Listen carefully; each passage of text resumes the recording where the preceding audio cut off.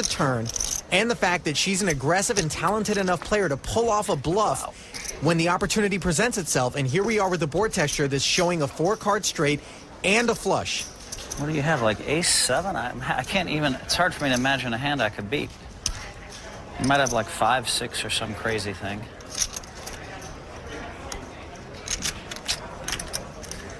Man, my heart is telling me that I'm supposed to put the money in.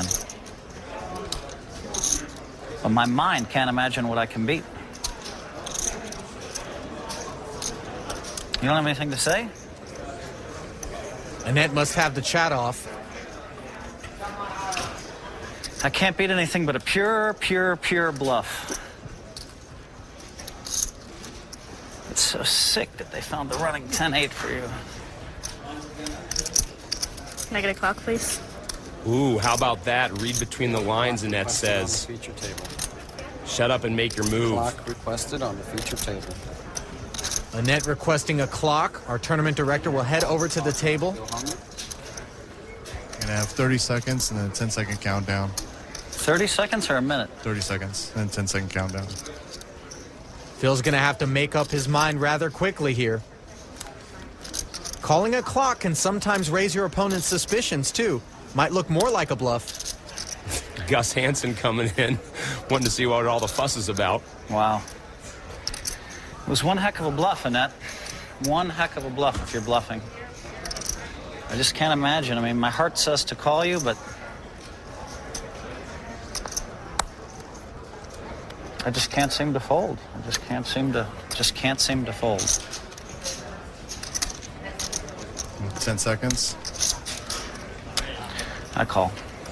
Phil follows his heart, but he should have listened to his brain. He is eliminated, and Obrestad is moving on. Nice.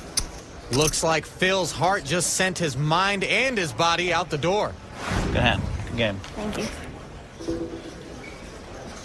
What happened there? Annette administers a card-playing and psychological clinic. I don't want to take anything away from Annette Obrestad, but this is a case of Phil Hellmuth busting himself. He did not have to go broke here. Really overthought things and talked himself into a horrible call. Hansen can't even believe it. He's got to come over and check it out twice.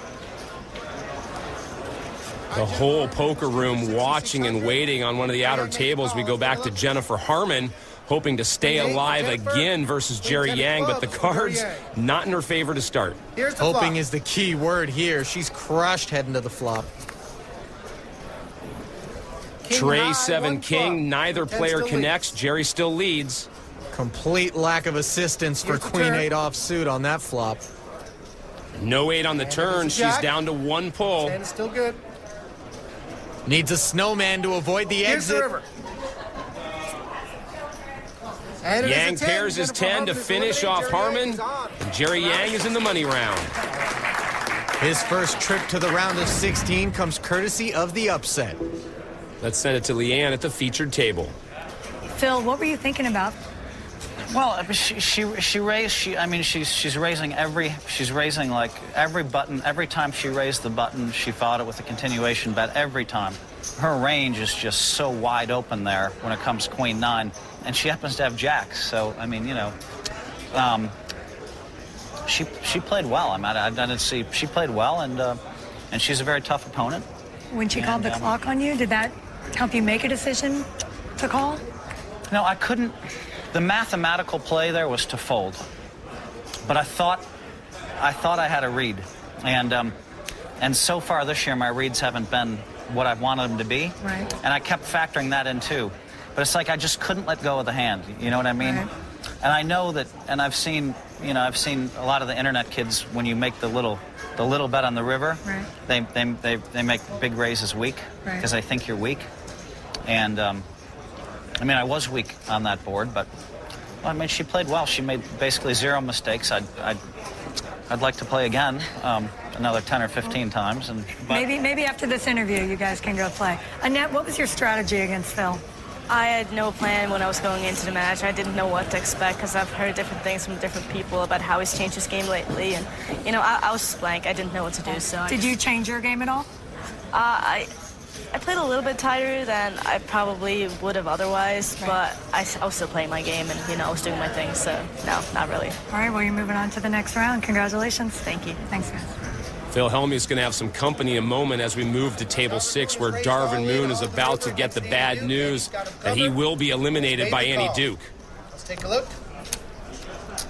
3 on the river, issuing Darvin's pink slip. We'll move on.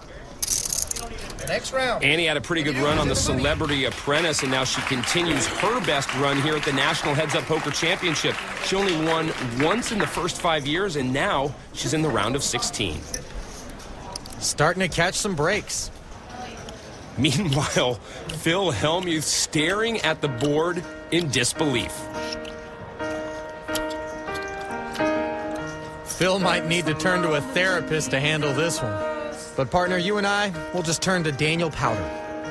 You kick up the leaves and the magic is lost.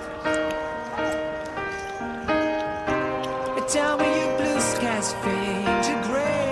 Tell me your passion's gone away. And I don't need no carrying on. 'Cause you had a bad day. You're taking one down. You sing a sad song just to turn it around. You say you don't know. You tell me don't lie. You work at a smile and you go for a ride. You had a bad day. Your camera don't lie. You're coming back down and you really don't mind. You had a bad day. You had a bad day.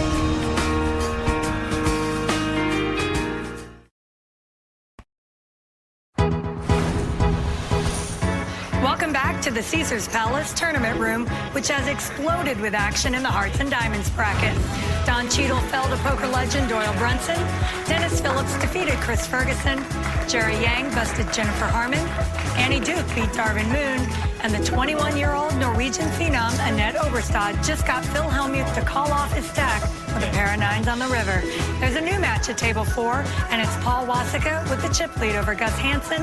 And at our feature table, it's Barry Greenstein ahead of Sammy Farha. Greenstein on the left, and he's up almost 10,000 in chips. Blinds are at 6 and 1,200. Our GoDaddy.com pocket cam shows us Sammy's pocket trays. Greenstein with ace-9 suited, raises to 4,200. Typically, Sammy Farha is the guy who does most of the raising when he's playing a heads-up match. Sammy calls. Seeing a different side of him here pre-flop. Set of trays for Farha, nut flush draw for Greenstein, and he bets 4,000. This is an action flop, Craig.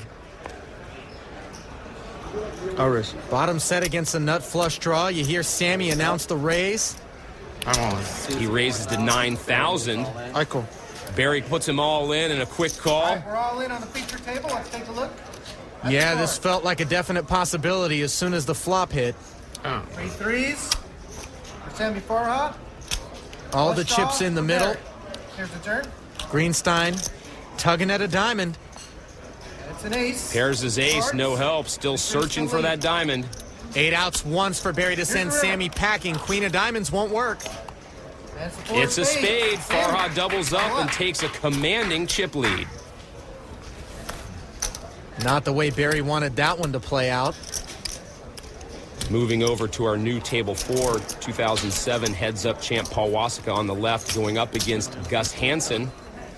Blinds are at 500 and 1,000. Wasika with king 10. He raises to 2,600. Hansen with ace 7. Make it 2,600. Re-raise. Raises it up to 8,000. Look at the nonchalance. Every time you see Gus just splash chips into the pot like that, you gotta wonder whether or not he's just trying to bully you or he's got a real hand. After the call, Hansen pairs his ace. Gut shot straight draw for Wasika. Gus has 33% of his stack invested in this hand, but he's only going to fire 4,000 into a pot of 16. A little bit small. Wasika calls the 4,000. Turn pairs the board.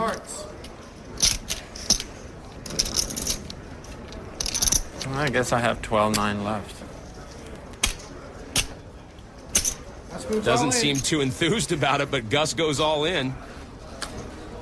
And Wasika wisely folds. Risky all in by Gus with a weak kicker and the paired queen on the board, but sometimes your stack size makes your decisions for you. Barry Greenstein's failure to hit a diamond sends Sam Farha to a double up. Meanwhile, Gus Hansen's aggressive play with the ace-7 sends him a big pot courtesy of Paul Wasika.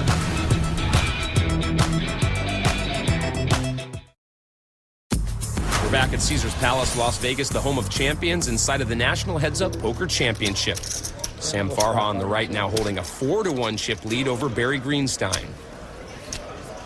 Sammy comfortably in control of the match. He takes a look at 10-8 suited and limps in. Barry with ace-jack.